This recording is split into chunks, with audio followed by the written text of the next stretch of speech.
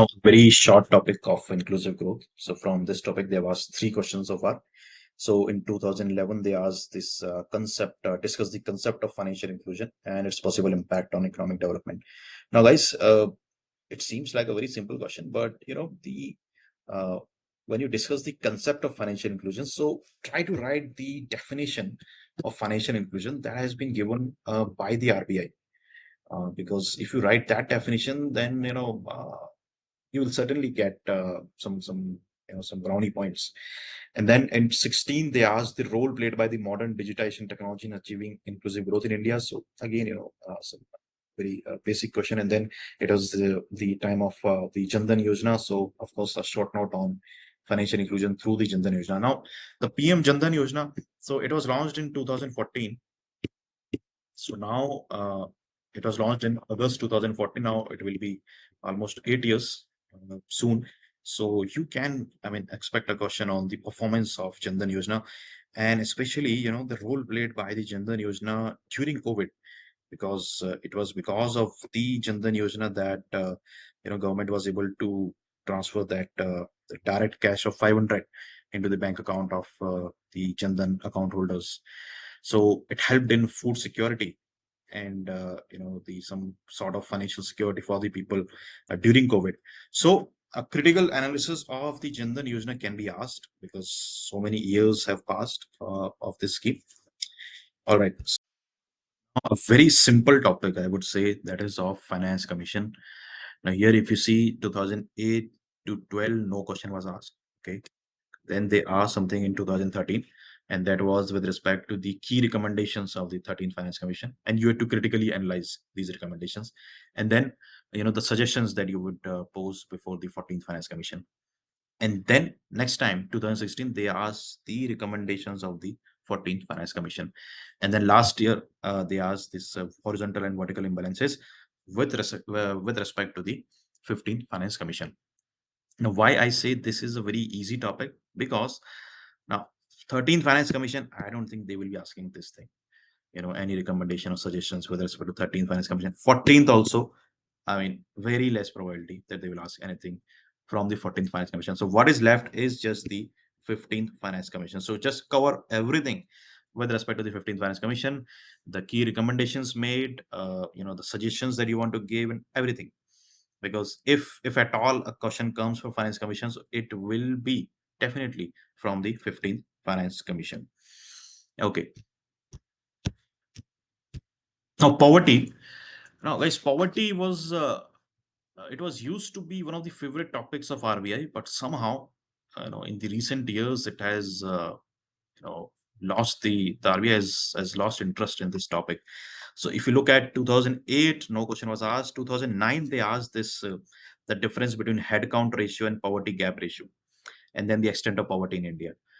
And in 2011, they repeated this thing.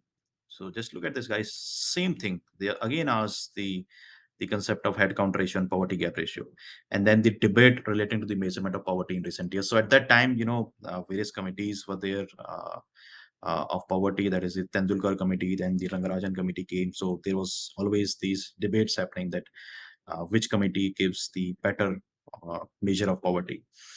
And then in 2012, explain the changes suggested by the Tendulkar committee in the measurement of poverty in India. But after 2012, RBI somehow lost interest in poverty. 13, no question. 16, no question. 18, one question was asked. And this was something, a new topic was there. That is a multi-dimensional poverty index, MPI. So they asked this thing, short note on this. Now, 19, again, nothing new is happening. So no question in the last 2 years. But now, I think poverty and inequality. So these two things have somehow assumed importance post COVID, because poverty and inequality, they have increased because of the COVID.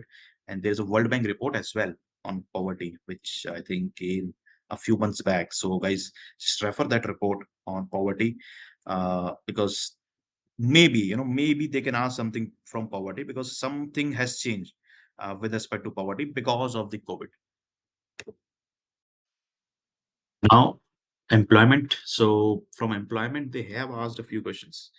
And so basically, if you look at these questions, the theme of employment has been, that is the reasons behind unemployment, uh, the jobless growth, that is one theme, and then the skill. We know that the majority of our labor force is not skilled, is inadequately skilled. So the reasons behind that, and then the informalization of the workforce, participation of women in the workforce. So these are the different themes on which you can prepare notes with respect to the employment, and any question, if it comes from the employment, can be answered. Now, if you look at 2008, so they are something that uh, between. So basically, they had given some data, and then they asked that, do you think that a deceleration in growth rate necessarily gives rise to higher unemployment? So, I mean, a very theoretical question. And then they mixed econometrics with the employment. So they had given performance model, basically a worker performance function. And then there are various explanatory variables such as performance rating, formal education, work experience, and so on. And then you had to answer whether the model is an adequate description of worker performance, and then what do you understand by labor market rigidity. So a theoretical, a static concept mixed with a little bit of econometrics. Then next question: what are the major sources of dispute for industrial labor in India? So again, uh, this is a very common thing, common problem. So just prepare notes on this, and then associated topic from present context can be the four labor codes that are there. So prepare about these four labor codes. Why they were formulated, and what was the need, and what objectives they tend to achieve. Then, what, according to you, should be the major thrust of policy in order to achieve high economic growth along with significant employment generation? Now, guys, this has been very this has been a challenge with respect to in the front of Indian economy. That is, we have witnessed high economic growth rate in the past, but the similar growth rate was not achieved with respect to the employment generation. So, how to have a high correlation between these two factors, that is the economic growth on one hand and the employment generation on the other hand. So here you can answer, basically the skill thing. Here you may include, that is, if we work on the increasing the skill of our workforce, that is, if we make our workforce employable, then the employment figures will improve. The focus on MSMEs, because MSMEs, they provide employment to around 111 million people, and they are labor intensive. So very high potential of absorbing the labor force there. So again, guys, in 2013, if we look at joblessness, informalization, so these are the major issues that can be asked in the employment section. Now, food security would say, this is not directly related to RBI, but still, RBI does ask questions from food security, and it has asked a few questions in the past. So, if you look at 2008, some data was given, and then so basically this was a mix up of food security, and you can say the some statistics as well, because you had to test the hypothesis as well, some hypothesis here. Then 9/11, no question was asked in 2012. So right to food security act was there. So we were asked to critically analyze the pros and cons of right to food security act. Then examine the magnitude of malnutrition in India. So, and now if you look at this question, the malnutrition, so same question was asked last year, almost similar question. So in 2021, last year, they asked what is malnutrition, and then the extent of malnutrition, and then the schemes of government. So, again, you can say that they repeated this question, and this NFSA as well. So they asked in 2012, and then again they asked in 2016 the same thing, the main features of NFSA 2013. So questions are repeated in this section as well. So prepare these two things, guys: NFSA 2013, and especially food security, because food security was a major concern during the COVID, because the economy was under a lockdown, and it was, you know, there was a fear that the poor people who, how will they achieve food security. So there the Pradhan Mantri Garib Kalyan Ann Yojana, so that supported the poor people. So maybe they can form a question on that scheme, the Pradhan Mantri Garib Kalyan Ann Yojana, in this with respect to this topic. Next topic, environment economics. So here, now this is also so every now and then they tend to ask some question from environment economics. So 2008-9 there was no question. In 2011 they asked, that is, discuss the trade-off between environment and economic development, and specifically with respect to India since 1990.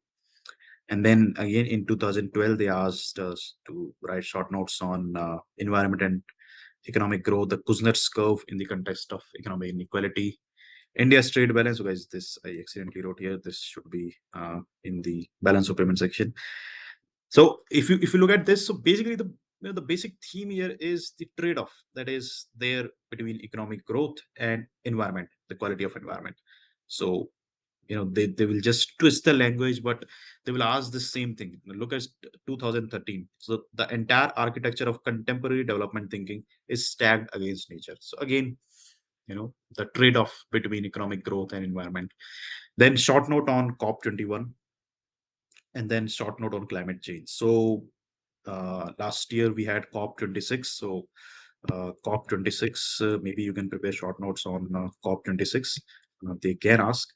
And then various things with respect to climate change, the initiatives taken by India, and what is the present status, the findings of the intergovernmental panel on climate change. So I mean, there are so many things to cover here, but looking at the past questions, you can say you should definitely prepare this question, that is the trade-off between environment and economic development, and specifically with respect to India, because high probability that they can repeat this question.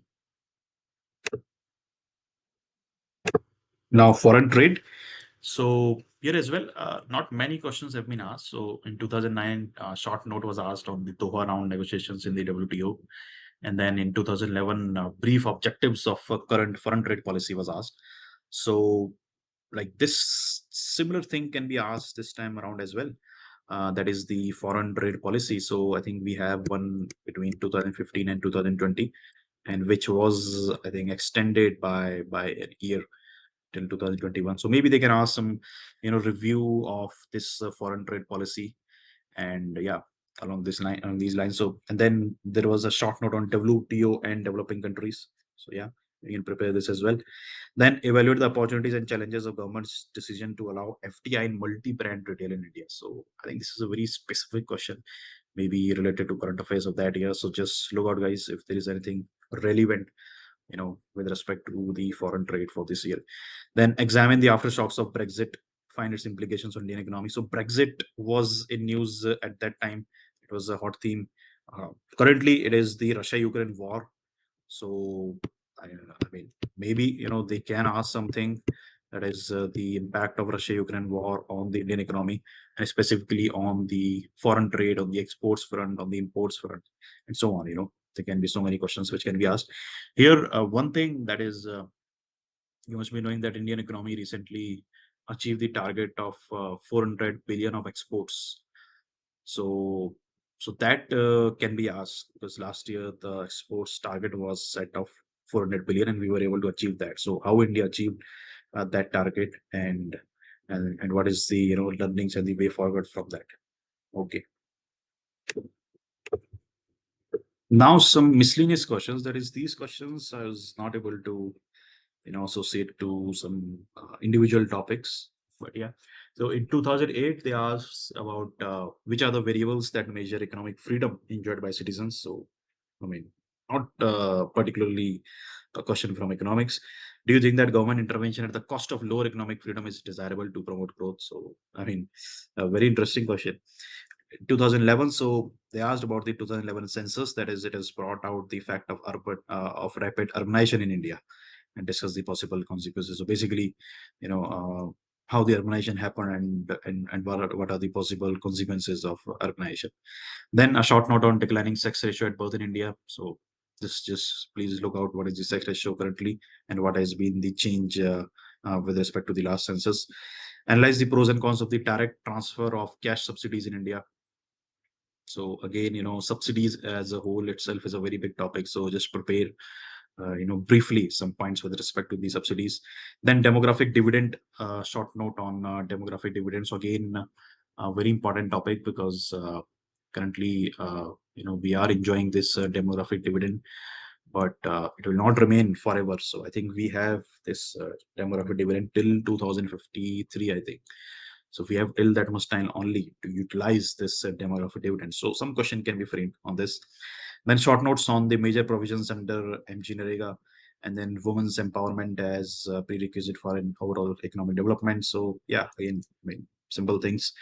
Then short note on skill development and inclusive development, human capital index, then short note on economic cooperation, then use of behavioral economics in public policy in India. Now, this was directly from the economic survey of the last year. So yeah, I mean, guys, economic survey cannot be ignored. But this year, of course, as I earlier mentioned, that there is no volume one this year, so very less chances that they will pick up something from economic survey.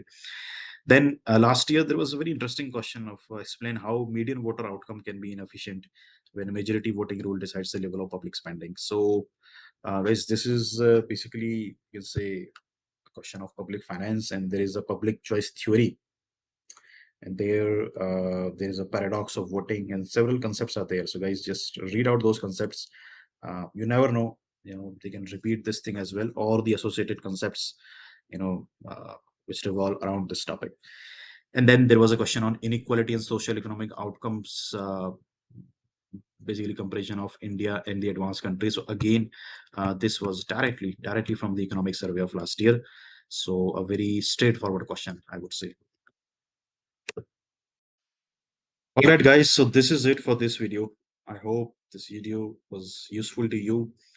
And I tried my best to categorize the questions, the past year questions, subject wise, to the extent it was possible.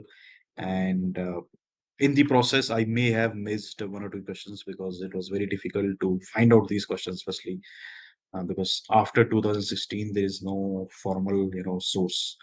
RBI hasn't uploaded any past year questions from 2016 onwards. So guys, if you like this video, if you find it useful, then please do like the video, and do comment down below your suggestions, anything that you want to say about this video, and also subscribe my channel. I have also uploaded the analysis of the phase one of RBI DPR exam, so you can watch that as well.